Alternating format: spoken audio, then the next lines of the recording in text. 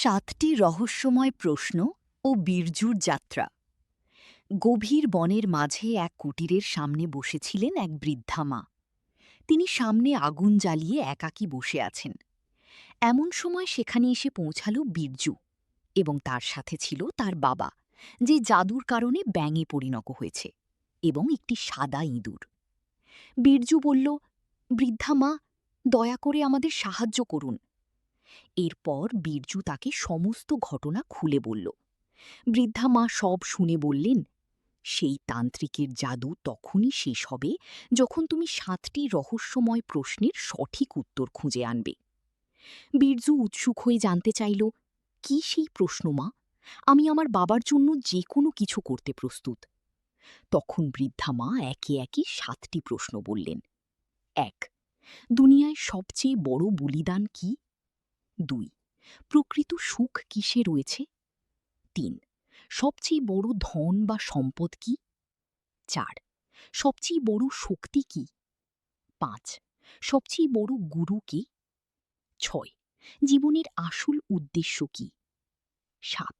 সবচেয়ে বড় সত্য কি? বীরজু তখন জিজ্ঞেস করল, কিন্তু মা, এই প্রশ্নগুলোর উত্তর আমি কোথায় পাব? বৃদ্ধা মা উত্তর দিলেন, উত্তর দিকে বহু মাইল পথ পেরিয়ে যাওয়ার পর তুমি একটি প্রাচীন জাদুকরী গাছ দেখতে পাবে। সেই গাছই তোমাকে সব প্রশ্নের উত্তর দিতে পারবে। তবে মনে রেখো, পথটি সহজ নয়। পথে অনেক বাধা আসবে, কিন্তু কখনো হার মেনো না। তোমার সাহস আর সততাই তোমাকে সেই গাছ পর্যন্ত নিয়ে যাবে। বীরজু প্রত্যয় নিয়ে বলল, মা, আমি আমার বাবাকে বাঁচানোর জন্য সব রকম বিপদের মুখোমুখি হতে রাজি। প্রথম বাধা, বিশাল অজগর সাপের সম্মুখীন হওয়া।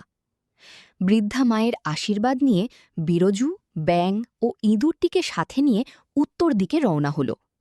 বনের পথ ধরে যাওয়ার সময় হঠাৎ একটি গুহার সামনে এক বিশাল অজগর সাপ এসে তাদের পথ আগলে দাঁড়াল। সাপটি গর্জে উঠে বলল, এখান থেকে সামনে এগিয়ে যাওয়ার জন্য তোমাকে তোমার সবচেয়ে বড় দুর্বলতার কথা বলতে হবে। বীরজু প্রথমে কিছুটা ভয় পেলেও নিজের সাহস সঞ্চয় করে সততার সাথে বলল, আমি একটু ভীতু প্রকৃতির, মাঝে মাঝে নিজের ওপর বিশ্বাস হারিয়ে ফেলি, কিন্তু আমার বাবাকে বাঁচানোর জন্য আমি এই ভয়কে জয় করবই। বীরজুর এই সততা ও স্পষ্টবাদিতা দেখে সাপটি খুশি হল এবং বলল, তুমি সাহসী হওয়ার পাশাপাশি সৎ। নিজের ভয় ও দুর্বলতাকে স্বীকার করাই হল জয়ের প্রথম পদক্ষেপ। যাও, আমি তোমাকে যাওয়ার পথ দিচ্ছি।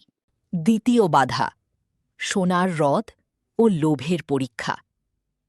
অজগরের বাধা পেরিয়ে আরও অনেক দূর যাওয়ার পর বীরজু এক চমৎকার সোনালি হ্রদের কাছে পৌঁছাল। সেই হ্রদের পানিতে সোনা ও মহামূল্যবান রত্ন ভাসছিল। হঠাৎ এক মায়াবী কণ্ঠে হ্রদ থেকে আওয়াজ এল, শোনো, তুমি যদি এখানে থেমে যাও এবং এই সমস্ত ধন সম্পদ লুফে নাও, তবে তোমাকে আর কষ্ট করে সামনে এগোতে হবে না। তুমি অনেক ধনী হয়ে যাবে। বীরজু কয়েক মুহূর্তের জন্য থমকে দাঁড়িয়ে ভাবল, কিন্তু পরক্ষণেই সে নিজেকে সামলে নিয়ে বলল, না না, আমার ধনের কোনো প্রয়োজন নেই। আমার শুধু আমার বাবাকে প্রয়োজন। আমি থমকে যাব না, সামনে এগিয়ে যাব। বীরজু যখনই লোভের এই ফাঁদ প্রত্যাখ্যান করল, অমনি জাদুর হ্রদটি এক পলকে হাওয়া হয়ে গেল। কারণ জীবনের আসল উদ্দেশ্য কখনোই ধনদৌলত হতে পারে না। তৃতীয় বাধা, অন্ধকারের মায়াজাল। এরপর বীরজু বনের এমন এক অংশে এসে পৌঁছাল যেখানে চারদিক ছিল ঘুটঘুটে অন্ধকার। চোখের সামনে কিছুই দেখা যাচ্ছিল না। ঠিক তখনই চারপাশ থেকে কিছু অশরীরী কণ্ঠস্বর তাকে বিভ্রান্ত করার চেষ্টা করতে লাগল। কণ্ঠগুলো বলছিল, তুমি এই যাত্রা কখনোই পূরণ করতে পারবে না, ফিরে যাও, ফিরে যাও। চারপাশের এই বিভ্রান্তি দেখে বীরজু চোখ বন্ধ করল এবং মনে মনে ভাবল, যদি আমি আমার লক্ষ্যের ওপর এবং নিজের ভাবনার উপর স্থির বিশ্বাস রাখি, তবে এই অন্ধকার আমাকে কখনোই আটকে রাখতে পারবে না। নিজের মনের উপর বিশ্বাস আসতেই বীরজু নির্ভয়ে অন্ধকারের বুক চিরে আবার সামনের দিকে এগিয়ে চলল। হাঁটতে হাঁটতে তারা এমন এক জায়গায় এসে পৌঁছায় যেখান থেকে 4টি ভিন্ন রাস্তা চলে গেছে। প্রতিটি রাস্তাই যেন তাকে নিজের দিকে ডাকছে। ঠিক তখনই জঙ্গল থেকে এক গম্ভীর ও রহস্যময় কণ্ঠস্বর ভেসে আসে। কেবল একটি রাস্তাই তোমাকে সেই জাদুকরি গাছের কাছে নিয়ে যাবে, কিন্তু মনে রেখো, যদি তুমি ভুল পথে পা বাড়াও তবে চিরকালের জন্য সেখানেই আটকে থাকবে, সেখান থেকে আর কখনোই বের হতে পারবে না। ভালো করে ভেবে নাও। বীরজুর সিদ্ধান্ত। কথাগুলো শুনে বীরজু শান্ত হয়ে কিছুক্ষণের জন্য চিন্তা করে। তারপর সে বলে, আমার মন বলছে যে রাস্তাটি দেখতে খুব সহজ এবং সরল সেটি সঠিক পথ নয়। কঠিন ও দুর্গম পথটিই আমাদের সত্যের দিকে নিয়ে যাবে। হ্যাঁ, কঠিন পথটি সঠিক। সব বাধা বিপত্তি ও কঠিন পরিস্থিতি পার করে বীরজু অবশেষে সেই জাদুকরি গাছের সামনে এসে পৌঁছায়। গাছটি ছিল বিশাল এবং উজ্জ্বল। তার শাখা প্রশাখা থেকে যেন এক সোনালি আলোর দ্যুতি ছড়িয়ে পড়ছিল। জাদুকরি গাছের সঙ্গে কথোপকথন। হঠাৎ গাছটির কাণ্ডে একটি মুখের অবয়ব ভেসে ওঠে এবং সেটি বীরজুর সাথে কথা বলতে শুরু করে। জাদুকরি গাছ, তুমি তোমার সততা, সাহস এবং বুদ্ধিমত্তা দিয়ে এই পর্যন্ত আসার পথ পাড়ি দিয়েছ। তুমি তোমার 7টি প্রশ্নের উত্তর পাবে, কিন্তু তার আগে আমাকে বলো, তুমি কেন এই কঠিন যাত্রা করলে? হে দিব্যবৃক্ষ, আমি সেই 7টি প্রশ্নের উত্তর জানতে এসেছি, যা দিয়ে সেই দুষ্টতান্ত্রিকের জাদু চিরতরে শেষ করা যাবে। তাহলে আমার বাবা আবার তার মানুষের রূপ ফিরে পাবেন।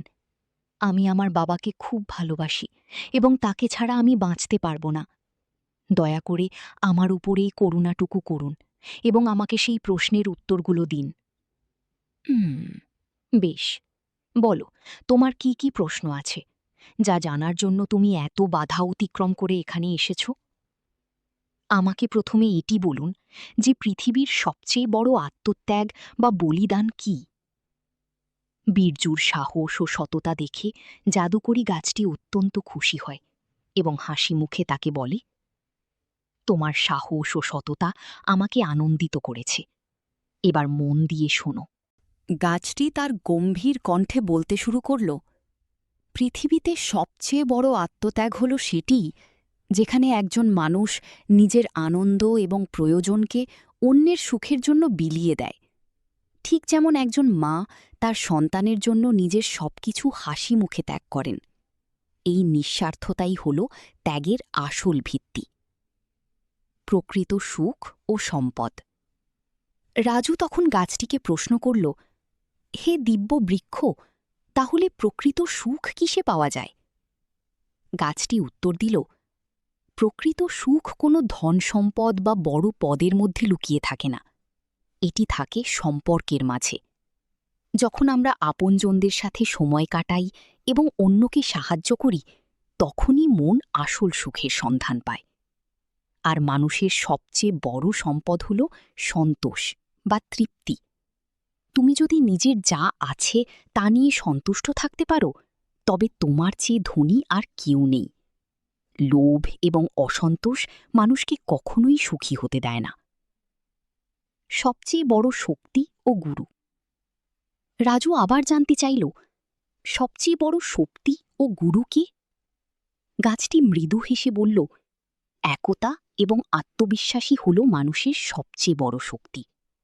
যখন মানুষ একসাথে মিলেমিশে কাজ করে এবং নিজের ওপর বিশ্বাস রাখে, তখন যে কোনো কঠিন পরিস্থিতিকে তারা জয় করতে পারে। আর প্রকৃতির চেয়ে বড় গুরু এই মহাবিশ্বে কেউ নেই। প্রকৃতি আমাদের ধৈর্য, সহনশীলতা এবং সরলতা শেখায়। জীবনের উদ্দেশ্য ও পরম সত্য। সবশেষে গাছটি রাজুকে জীবনের মূল মন্ত্রটি বুঝিয়ে দিল। জীবনের আসল উদ্দেশ্য হল মানুষের সেবা করা এবং অন্যের মুখে হাসি ফোটানো। আর জীবনের সবচেয়ে বড় সত্য হল বাস্তবতাকে মেনে নেওয়া। নিজের দুর্বলতাগুলোকে স্বীকার করে নিয়ে সততার সাথে চলাই হল সত্যকে জানার প্রথম পদক্ষেপ। অভিশাপ থেকে মুক্তি। বৃক্ষের এই পরম জ্ঞান এবং 7টি প্রশ্নের সমস্ত উত্তর শেষ হওয়া মাত্রই চারপাশ এক অলৌকিক আলোয় উজ্জ্বল হয়ে উঠল। জাদুকরি গাছের গা থেকে আলোর কণাগুলো ছড়িয়ে পড়ল চারিদিকে। হঠাৎ করেই রাজুর পায়ের কাছে বসে থাকা সবুজ ব্যাঙটি উজ্জ্বল ধোঁয়ার সৃষ্টি করে তার আসল মানুষ রূপে ফিরে এলো। রাজু খুশিতে আত্মহারা হয়ে উঠল।